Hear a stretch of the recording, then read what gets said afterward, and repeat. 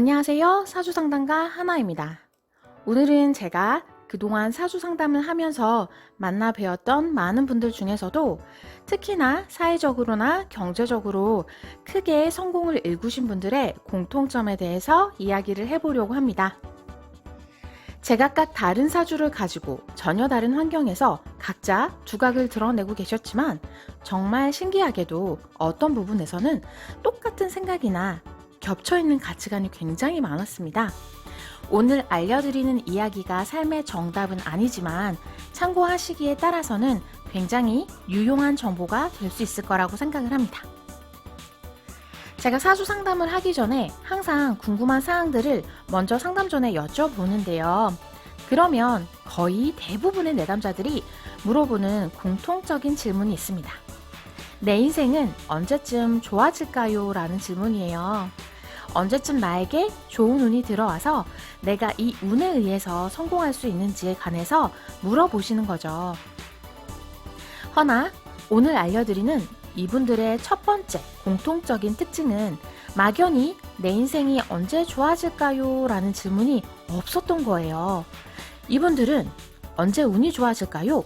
라는 애매한 질문을 던지고 운을 기다리는 느낌이 아니었습니다. 사람에게 들어오는 대운이나 세운이 각각 어떤 작용을 하는지를 물어보시고 그러면 그 운을 어떻게 사용하는 게 효율적인 건지를 물어보셨어요. 이 시기는 수성해야 할지 공성해야 할지 경험을 쌓는 게 좋을지 공부를 하는 게 좋을지 운에 적합한 행위들을 물어보시고 그 운을 어떻게 하면 이용을 잘 할 수 있는지에 관심이 가 있었던 거죠.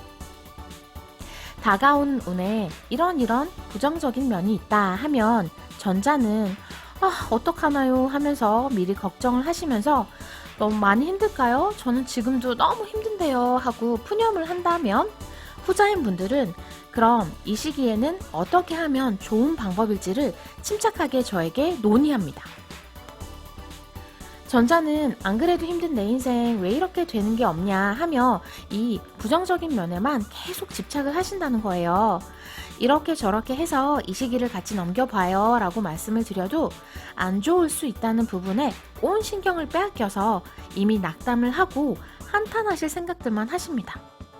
같이 이겨내보자고 부정적인 면을 알려드린 건데 이러면 벌써부터 나쁜 운이 들어온 것처럼 주저앉아 버리시니 힘든 시기는 더 길게 겪을 수밖에 없고 좋은 시기는 금방 슝 지나가는 것처럼 느끼시는 거죠. 그럼 성공한 후자들은 어떨까요? 그냥 객관적으로 그 사실을 받아들이며 어떻게 하면 잘 넘길 수 있는지 해결책에 관심이 가 있습니다. 전자는 계속 힘들었고 후자는 계속 좋은 시기를 지나왔기 때문에 이렇게 반응이 다를까요? 아니에요. 다 좋은 시기, 힘든 시기를 겪어왔습니다. 그런데 거기서 양쪽이 가져온 게 전혀 다른 거예요.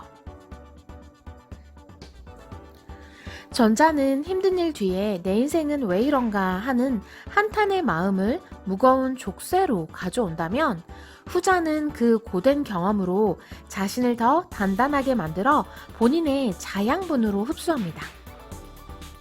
같은 고개를 넘을수록 전자는 족쇄가 주렁주렁 달려서 점점 더 힘이 들어지고 후자는 자양분으로 먹고 또 먹으면서 점점 더 튼튼해집니다. 이 두 부분의 차이는 저에게 굉장히 크게 다가왔습니다. 너무 확연히 다른 느낌이죠. 전자가 다가오는 운에 맞춰서 수동적으로 따라가는 느낌이었다면요. 후자인 성공가들은 능동적으로 나의 운을 잡고 이용하는 운의 주인과도 같은 느낌이랄까요? 안타깝게도 저를 포함하여 대부분의 사람들은 이 전자에 속합니다. 후자에 속하는 분들이 거의 없어요. 그건 그 사람들의 사주가 좋기 때문에 그럴까요? 아니에요. 아니었습니다. 물론 좋은 사주가 있기도 했지만 이건 비단 사주만의 문제가 아니었어요. 이것은 사건, 사고의 차이가 아니라 마음의 차이였기 때문이죠. 우리가 그들보다 더 배우지도 못했고 좋은 환경에 처해 있는 게 아닐 수는 있지만 이 마음 하나만큼은 우리가 결정할 수 있어요. 선택권이 있습니다. 주인이 될지 하인이 될지 스스로가 결정하고 거기에 맞춰서 행동할 수가 있는 거죠. 그러니 운에 수동적으로 따라가는 게 아니라 주도적으로 운을 이용하는 주인이 되어보자고요. 성공 가도를 달리는 사람들의 두 번째 공통점은 자신의 장단점을 정확하게 인지하고 있는 거였어요. 사주에 드러나는 나의 성향이라든지 성격적인 특징들을 정확하게 알고 계시고 더불어 그것에 대해서 불평불만을 하지 않으셨어요. 사주를 보다 보면 자신의 특징에 부정적인 면에만 집착하면서 바꾸고 싶어 하시거나 불평불만이 많으신 분들이 상당하십니다. 예를 들어 도화살이 강해서 인기가 많은 분들은 그걸 귀찮아 하시고 도화살이 없는 분들은 반대로 인기가 많은 걸 부러워하시죠. 불로 태어난 사람은 물을 부러워하고 나무로 태어난 사람은 바위를 부러워합니다. 이렇게 대부분의 사람들이 자신의 사주에 가지고 있는 것에 반대 부분을 아쉬워하고 자신의 손에 들린 걸 하찮게 여기는 부분이 있어요. 그런데 이분들은 자신이 가지고 있는 그대로를 객관적으로 받아들이고 없는 것을 아쉬워하면서 시간을 낭비하지 않으셨어요. 나는 인복이 없이 태어났으니 내가 더 베풀면서 살아야 할 팔자라는 소리를 들으면 누구든 조금은 슬프죠.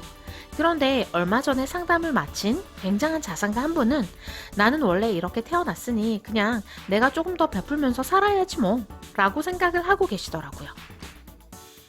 어떻게 보면 인간관계에서 많은 상처도 받으셨을 테고 그로 인해서 팔자 탓을 하실 만도 하죠. 그런데 부정적인 감정에 매달려서 바꿀 수 없는 사주를 탓하느라 시간을 낭비하지 않으시는 거예요.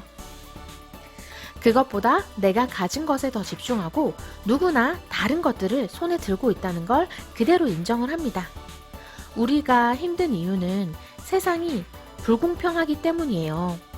남들은 금수저도 물고 태어나고 그냥 탱자탱자 노는 것 같은데 운 좋게도 시험에 합격합니다. 속상하고 억울합니다. 나는 분명히 열심히 했는데 왜 내 인생은 이렇게 안 풀리나 생각이 들어요. 근데요, 세상은 원래 불공평합니다. 왜 열심히 했다고 다 성공해야 합니까? 원래부터 내 마음대로 될 수가 없어요. 결과는 우리의 몫이 아닙니다. 슬픈 이야기지만 우리가 할 수 있는 건 그냥 최선의 결과가 나오도록 열심히 해서 확률을 높이는 것 뿐이에요. 승이냐 패냐는 우리가 결정할 수 있는 게 아니에요. 전자는 내가 얼마나 열심히 살았는데 내 삶이 왜 이래 억울해 하면서 과거에 매달려서 분노합니다. 성공한 후자는 불공평할 수도 있는 결과를 그냥 받아들이고 어떻게 하면 여기에서 다른 결과를 만들어낼 수 있는지를 생각합니다. 제 기준에서는 너무 억울한 얘기들을 그냥 덤덤히 받아들이면서 이야기를 하셔서 깜짝 놀란 적이 많았어요. 억울한 일을 당해도 참고 순응해라가 아닙니다. 우리의 손으로 바꿀 수 있는 일이 아닌 것에 부정적인 감정으로 묶여서 시간을 버리지 마시라는 거예요. 억울한 일을 당한 건 어쩔 수 없는 사고였지만 그 이후에 어떻게 사느냐는 우리가 결정할 수 있는 일입니다. 이 결정권을 우리가 가지고 있느냐, 아니냐에 따라서 삶에 쓰이는 에너지가 많이 달라져요. 전자에 해당하는 분들은 주변 인간관계나 본인이 해야 할 일이 마음에 들지 않으면 화를 냅니다. 스트레스 받으면서 싫다고 하고 투덜거리면서 막 불평불만을 하거든요. 예를 들어 시어머니와의 관계에서 시어머니가 선을 넘어오며 무리한 걸 요구를 한다고 해봐요.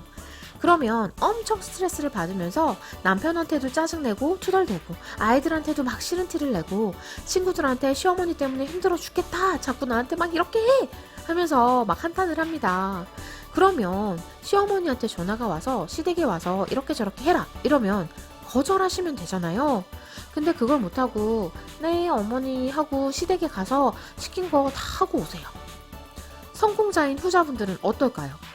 화를 내지도 않아요. 거기에 에너지 같은 것도 소비를 하지 않다가 결정을 해야 될 순간에는 본인이 원하는 방향을 정확하게 인지하고 그렇게 결정을 해요. 어머니, 육아 때문에 피곤해서 제 시간을 좀 가지고 싶어요. 이해해 주세요. 이야기합니다.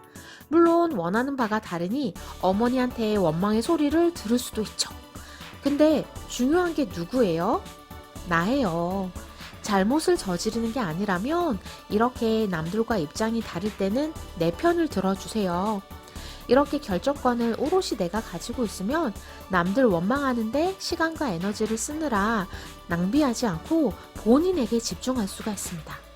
그래서 미움받는 것을 그닥 신경 쓰지 않아요. 어떻게 세상 사람 전부를 껴안고 살겠어요? 이분들의 가장 큰 특징은 남들한테서 인정을 받으려고 애를 쓰면서 본인을 힘들게 하지 않았어요. 오늘 알려드린 이야기들은 크게 품을 팔지 않아도 우리가 같이 해볼 수 있는 상황들이었어요. 마음가짐만 다르게 하면 되거든요. 이런 것들을 생각을 잘 해주시고 앞으로 삶을 사는데 조금이나마 도움이 되셨으면 합니다. 오늘도 들어주셔서 정말 감사합니다. 좋은 하루 되세요.